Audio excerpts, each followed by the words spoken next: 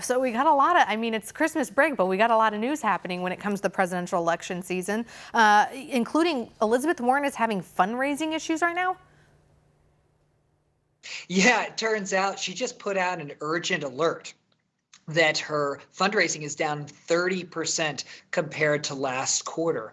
And this is not good news when we're just a little over 30 days from the Iowa caucus votes. And this comes also among her slipping in both national and statewide polling.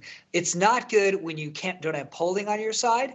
You're sustaining negative contrast in the debates, getting beat up for hypocritical positions, whether she's attacking Buttigieg for a wine cave when it turns out she did the same kinds of fundraisers just a year ago. And now she may not have the money to go the distance. So some in the mainstream media are saying it's her attacks on billionaires that have made her drop in the polls. What's your read on that?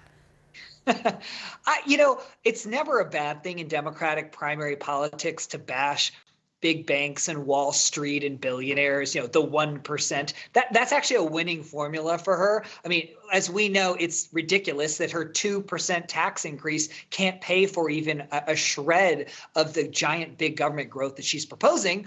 But I think it's more the fact that she can't back up the policies with how she's going to pay for them, that the middle class, even Democrats, understand that she's going to raise taxes on not just the 1%, but also the middle class.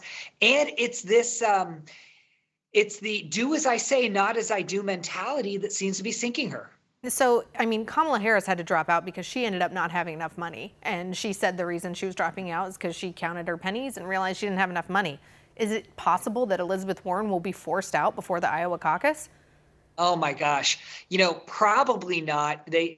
I suspect she's got enough to at least stay in through New Hampshire. But, in campaigns, they talk about bad polling numbers sink you. Actually, the grim reaper of a campaign is your accountant at the end of a quarter. If they come and say, hey, we can't afford not just to keep the lights on, but roll the TV ads, pay the staff, that's a kiss of death. My prediction, Alicia, is that if she doesn't turn it around drastically, remember, she's got to now go to the Senate and sit during the impeachment trial in January. That takes her away from the trail. If she doesn't turn it around and place in a top 2 or top 3 in Iowa and New Hampshire, I think she drops out right after that.